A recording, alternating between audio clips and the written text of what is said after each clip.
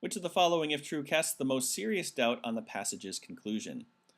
The conclusion is that the mayor's publicity campaign persuaded many people to ride subways rather than drive their cars. So this is a causal argument where X causes Y. In this case, it's the mayor's publicity campaign caused people to ride the subways.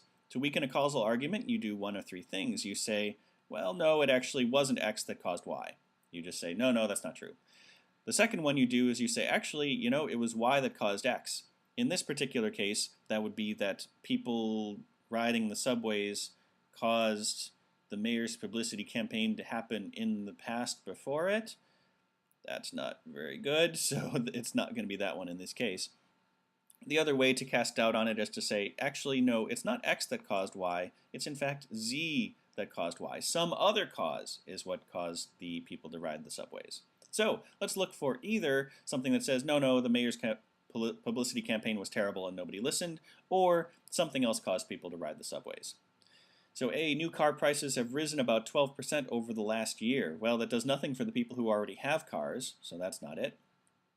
B, the mayor commutes uptown to City Hall daily on the subway. Good for the mayor, doesn't explain why people did what they did. Over the last year, pothole repairs have closed many lanes on roads leading uptown which were previously used by commuters. So ways that people would get uptown were suddenly gone.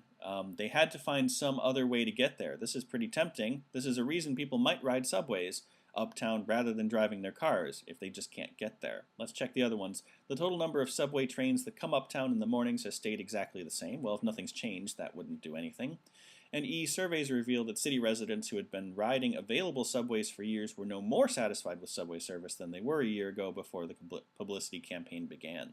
So this one does address the publicity campaign and say that it didn't really do anything, but this one is only talking about people who were already on the subway. They weren't any happier with it. We are talking about people going from driving their cars, not using the subway, to using it. So choice C provides an explanation why that an alternate cause for the increase in subway ridership, because people had no other way to get where they were going.